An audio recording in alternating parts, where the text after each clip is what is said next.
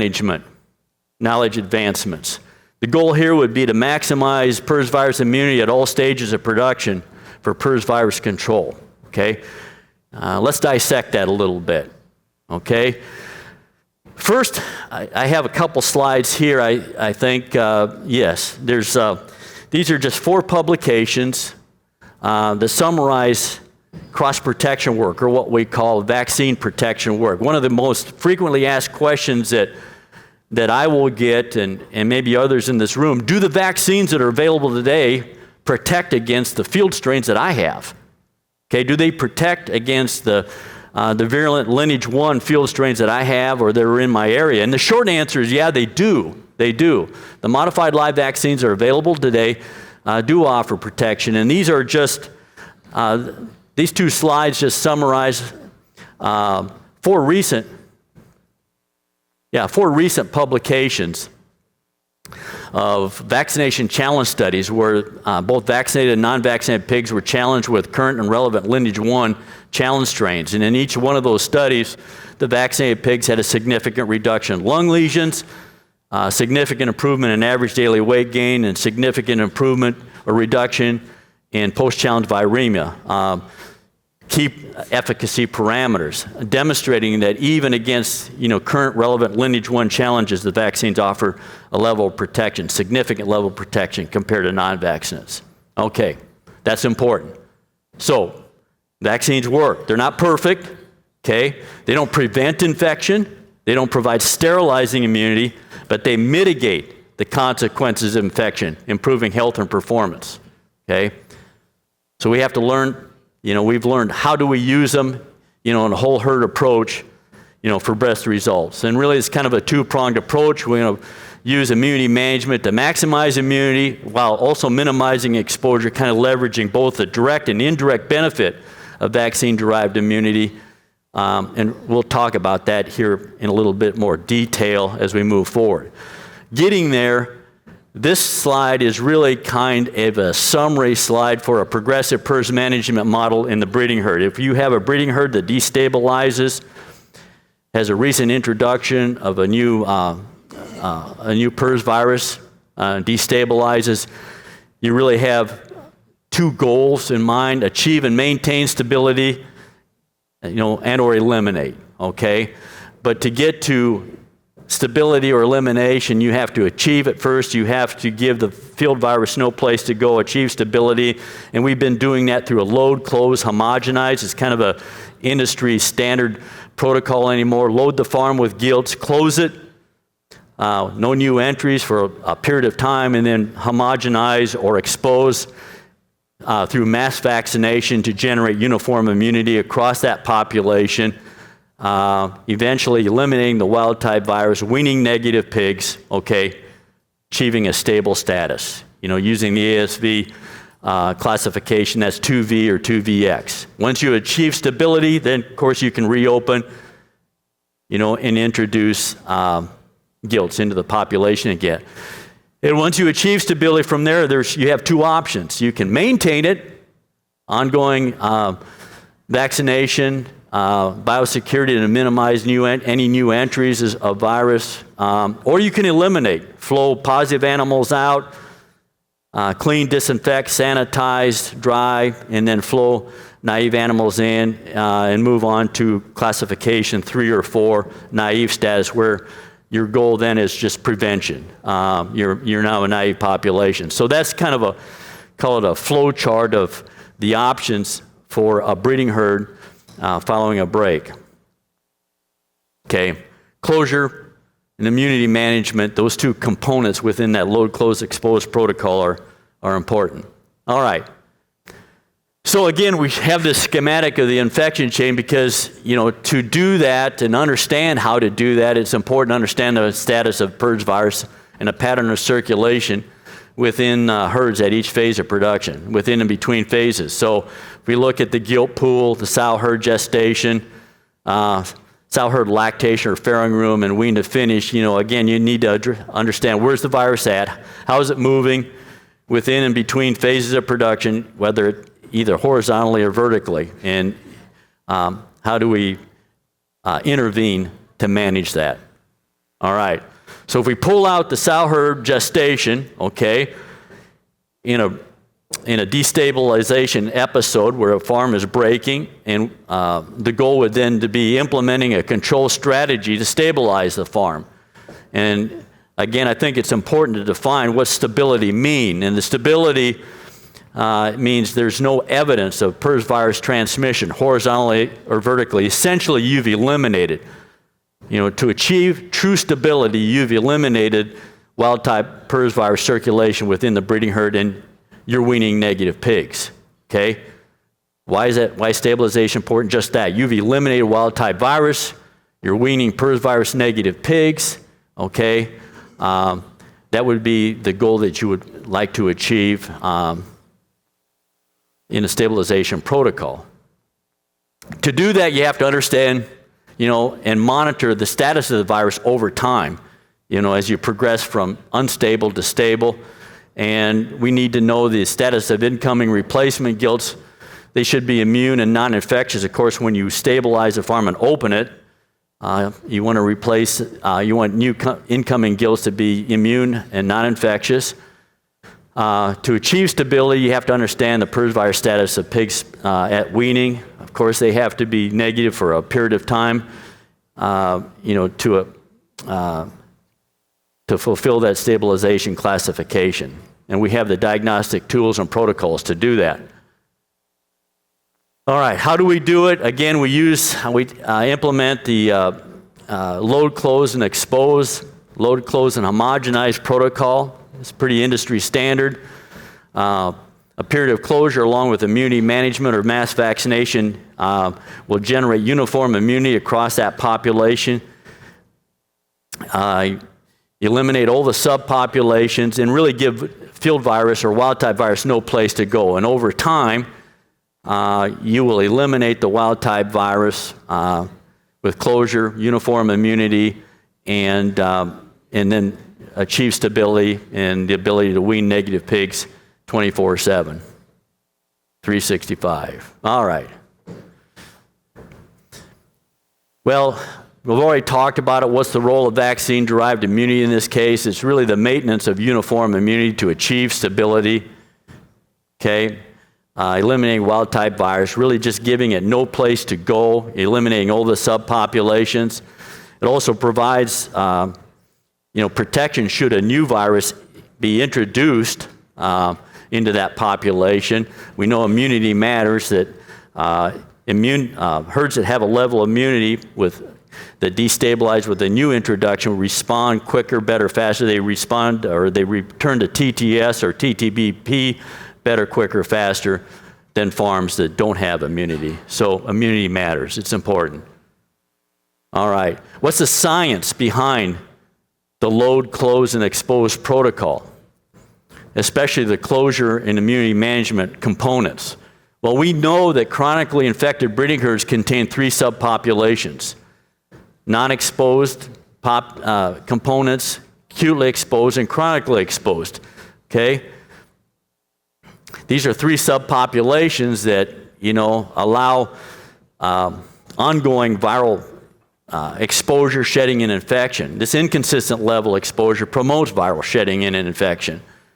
And the dynamic is perpetuated through the repeated entry of naive replacement gilt. So the component of closure along with immunity management eliminates these subpopulations, provides uniform immunity across that population, and eventually gives field virus no place to go and allows you to achieve stability. All right? What about the wean to market phase of production? Okay, let's pull that out of the infection chain here. What would our goal be here? Well, that would be to maximize immunity in pigs that are at risk of PRRS virus exposure following weaning in that wean to market phase of production. Why would that be important? Well, we know from work done by Holtkamp and others that in the U.S., greater than 55% of the cost of PRRS is incurred in the growing pig, okay? So there's a bioeconomic impact. It costs money, okay? And over the years, it's been demonstrated that vaccine-derived immunity will mitigate the consequences of that infection, improving health and performance. That's been documented and published. So Vaccine-derived immunity has a bioeconomic benefit to that impact. So it's important, right? How do we do it? It's pretty straightforward. For optimum PRRS control and protection, we like to vaccinate, or vaccination should occur 3 to 4 weeks prior to field virus exposure. Diagnostics can help us, ask and answer when that occurs in farms and flows. It can be different between farms and flows within a system, but try to place that vaccine 3 to 4 weeks prior to field virus exposure. And in many cases, that's at around the weaning period, but not always. All right, real quick here. These are 4 publications that summarize large-scale PRRS control projects that Behringer has done over the years, and they demonstrate the direct benefit, what we call the direct benefit of vaccine-derived immunity, specifically in the wean to finish phase of production. In each one of these large-scale PRRS control projects, they demonstrate a significant improvement in average daily weight gain, a reduction in mortality in growing pigs. Mitigated the consequences of infection, improving health and performance. Bioeconomic benefit, important. Almost equally important is the indirect benefit, and these 2 publications, summarize 2 important studies that demonstrate the indirect benefit as described. We describe as a reduction in the frequency and duration of wild-type PRRS virus shedding. So while immunity improves health and performance, very, very important, it is also reducing the frequency and duration of wild-type virus shedding, reducing the level of virus and challenge risk within and from vaccinated populations. That's pretty cool. In my mind, that's equally important. Reducing the level of virus challenge risk within and from vaccinated populations actually becomes like a biosecurity, biocontainment component, to reduce that level of challenge virus within that wean to finish or wean to market phase of production in the industry. Very important. So again, these are 2 slides. I'll just stick to this one, and I'll be real quick here. We're trying to take all this information now that's been generated over 30 to 25 years and apply it in a real-world scenario. Kind of like what Dee and Sprunk did with the biosecurity components. Apply all of those in a real-world scenario, test it and measure it, further validate it. Does it translate to the real world? Does it make a difference? And it does. And so this slide, it's actually 2 slides that summarize the results of a very large-scale PRRS control project that was done in a 70,000 sow system and all the downstream flow of pigs, nurseries, and finishers. And this was an unstable system, and we've done several of these, but this was an unstable system, endemically infected, unstable breeding herds, weaning positive pigs, chronic endemic circulation in nurseries and finishers, causing bioeconomic impact. The goal of the system was we want to stabilize our sow farms. Things that we've done to date have not worked. We want to wean negative pigs, improve health and performance in nurseries and finishers, and we also want to reduce the proportion of wild-type virus system-wide. Can we beat the virus we have? Can we beat it down to a more manageable level while stabilizing farms and improving health and performance? So a lot of details in a large project like this, but the 30,000-foot summary for the intervention would be we close farms, we close breeding herds, we mass vaccinated breeding herds, to achieve stabilization, then maintain a quarterly mass vaccination protocol to maintain stabilization, weaning negative pigs, vaccinated pigs at weaning to control viral exposure and infection downstream. And we compared, and we also adhered to enhanced biosecurity protocols. It's not just about vaccine, it's also about pig flow, biosecurity, all the other important complementary components of PRRS control. So we adhered to biosecurity components, and then we used intense diagnostic protocols to monitor the progress to the goals that we achieved with the farm. So, bottom line, if we just look at nursery and finisher performance, that was one of the goals, improve health and performance in nurseries and finishers. We compared project performance to nursery and finishing results, closeouts 24 months prior to the project. And what we saw was a significant improvement in average daily gain following the program, significant reduction in mortality both in nursery and finisher. If this will go back, so that was what they wanted to see, and we also saw a significant reduction in the proportion of wild-type virus across their system following essentially 2 years of implementation of this project. So that's just an example of applying everything that we have learned in a integrated, complementary, coordinated approach, and just validating that we can move the needle even in some worst case type scenarios. All right, I'm going to have to hustle here. Marius asked me, this is a slide that we created for our internal team as well as to use for customers, and best practices to create an immune pig as it regards utilization of vaccine and to generate vaccine-derived immunity. And I know at least in the U.S. you see lots of different protocols, lots of different partial dose protocols. It's important to understand that attenuation of the virus to create a modified live or attenuated vaccine matters. Okay, it weakens the virus. So a full dose is important. A lot of effort, a lot of R&D effort went in to determine what dose is needed to generate a consistent and repeatable efficacy, and so I think using a full dose is important. Anything less than a full dose is going to add risk to your ability to generate protection in the face of challenge. Vaccinate whole populations, don't leave gaps. Vaccination timing is important, and it can be pretty specific to farms and systems, so diagnostics can help you understand where the virus is and how to place the vaccine in an effort to get your best return. Understand when pigs are getting exposed and try to generate 3 to 4 weeks between vaccination and exposure. I think 1 dose versus 2 doses is something that's relatively new. There was a nice study and publication by Cesar Mora at Iowa State comparing 1 dose protocols to 2 dose protocols. The thing that I want to say there is that appropriately placed 1 dose works. Okay, if you can 1 dose of modified live vaccine 3 to 4 weeks ahead of field virus challenge works.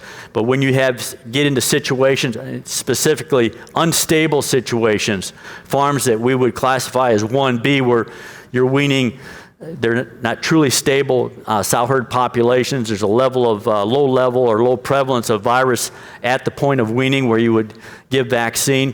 Vaccine can be effective there, but it's a high challenge situation. We call those unstable or high challenge situations. Cesar Mora found that in those situations, a 2-dose protocol may have added benefit or significant more benefit over a 1-dose protocol in those situations. And so that's something that people are looking at or implementing a little bit more in our industry right now. And especially if that first dose is early, like at processing time in the face of maternal immunity, a second dose may improve your benefit. All right. And use it with the entire toolbox, diagnostics, biosecurity, a holistic approach, a whole herd approach. All right.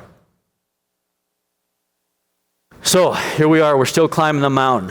We got about 6 minutes left. I think we're going to make it. So what would be the next step? Where do we go from here? I think some of the success that we've seen in these system-based, large-scale, long-term PRRS control projects, system-based projects, along with new knowledge and technology, led to the Iowa State Epi team. You can see the author list right there. The Iowa State Epi team to think, maybe we need to revisit regional control, okay? Is it time for us to relaunch, revisit, regional control? We've had success in large-scale system-based programs. We have new information, new knowledge, and know better how to apply all the complementary components of PRRS control methodologies. Let's take a look at next generation PRRS regional control programs. What might that look like? And they published this paper, which I think is a really nice paper for your reference and review, that is kind of a roadmap, offers a roadmap or a framework for what next generation regional control might look like, okay? First, let's review where we've been. I mean, it's not a new concept. There's some history with regional control in the U.S. Bob Morrison at the University of Minnesota was a big promoter of regional control and supporter. He helped design and implement many Midwest regional control, PRRS regional control programs. Morrison and Corzo and others proved the concept. Stevens County program was an example of that. And in the U.S. over time, there's 80 plus regional programs, but many slowly lost traction over time, okay?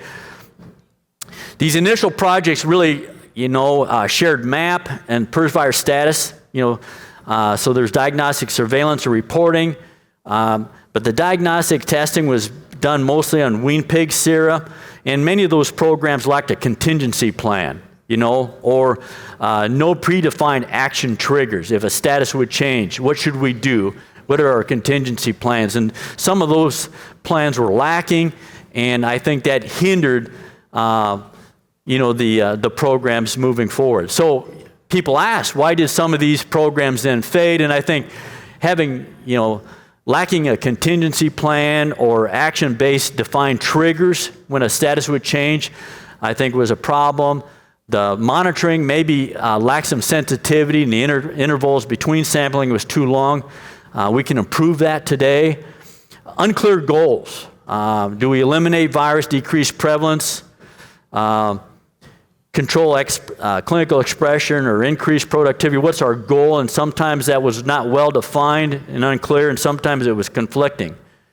And I think a big one was the frustration when some of these, the farms within an area or region would re-break. Frustration controlling area spread, and you saw from the D study that, we're better at controlling area spread today, or we can be better.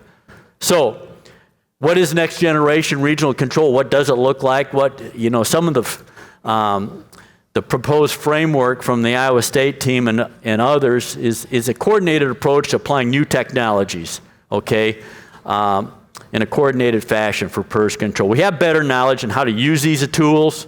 Improved monitoring surveillance, I think, is important. More sensitive diagnostic monitoring using population-based samples. And we have the automated monitoring of productivity data, SBC alerts. We can monitor things like abortions, pre-weaning mortality. These are early warnings, often can give early warning signals. Within production farms and flows, and that's important. We have automated data for the coordinated and rapid adaptive response, both diagnostic and productive data. So it's kind of a new cyber infrastructure that's available that really helps monitor both productivity and diagnostic data real time. We have new standardized or improved standardized PRRS virus site classification, thanks to Holtkamp and others. 2021, that added low prevalence status, stable vaccinated status, and a growing pig site classification. That's important, all right? In addition, Next Gen Regional Control proposes a regional classification, which I think is important. So you can classify a region based on wild type prevalence and use that for predefined action and contingency plans based on site and regional classification, okay? So these would be agreed upon, allowing rapid response and intervention, contingency plan, action-based trigger plans. If a status changes, this is what we do, this is how we do it. to keep the program on track. And many of these focus on biocontainment, okay? I'm going to give a quick example here. Some of the examples that the Iowa State team would propose would be in a region that has high prevalence of virus. You focus on vaccination and biocontainment, to contain the virus and beat it down to a more manageable level. And as you move that region from high to medium and maybe even low PRRS virus status, okay, then you can start implementing things like partial depopulation of sites or bubble depops or exchanging lots, exchanging positive and negative lots, and, really managing transportation from positive areas and really, how would I want to say this, protecting the negative areas. You're just trying to move that last vestige of virus out of the low prevalence site and maybe move it to a negative status. And so you get more aggressive with some of the things that you can do as it regards biomanagement strategies. All right. So I offer this quote. This is from Dr. Bob Morrison. To achieve regional control or elimination of the virus, we need adequate knowledge, tools, and diagnostics, cost-effective elimination, effective biosecurity methods to prevent new virus entries. We have all of that today, and that was in 2010. All right? So Bob felt even in 2010, we had much of what we needed to move forward. Okay? Well, we have that and more today, so what's next? Where do we go from here? And I think so. Some of these regional, next generation regional control concepts, I think it might be time for us to revisit that and maybe look at some pilot projects to see if we can control and potentially eliminate virus using all these tools in an integrated, complementary, systematic fashion, and then and do that in a sustainable way. Not only control and maybe eliminate virus from an area, but then prevent reintroduction of new virus. All right, I've got a few minutes. I'm going to close up here. So I referenced this paper where the authors actually asked the question, the future of PRRS, and where do we go from here? It's a Viewpoint, peer-reviewed, published paper from Scott D. and Gordon Sprunk, and this paper casts a vision. What is the future of PRRS? Where do we go from here? And the vision is a world without PRRS, and it contains 6 non-negotiables, and I just mentioned 3 of them here, but they propose the elimination, control, and elimination of virus from the national herd, which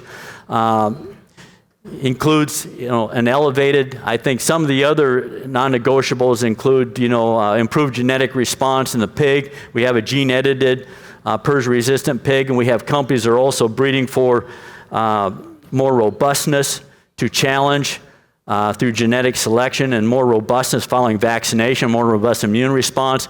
But there's other things like elevation of our national biosecurity across the U.S. industry, and I think that's important. But this is a paper you can review, and it gives their view, their vision of these non-negotiables and how that would help launch a plan to control and eliminate the virus, creating healthier animals and more predictable productivity.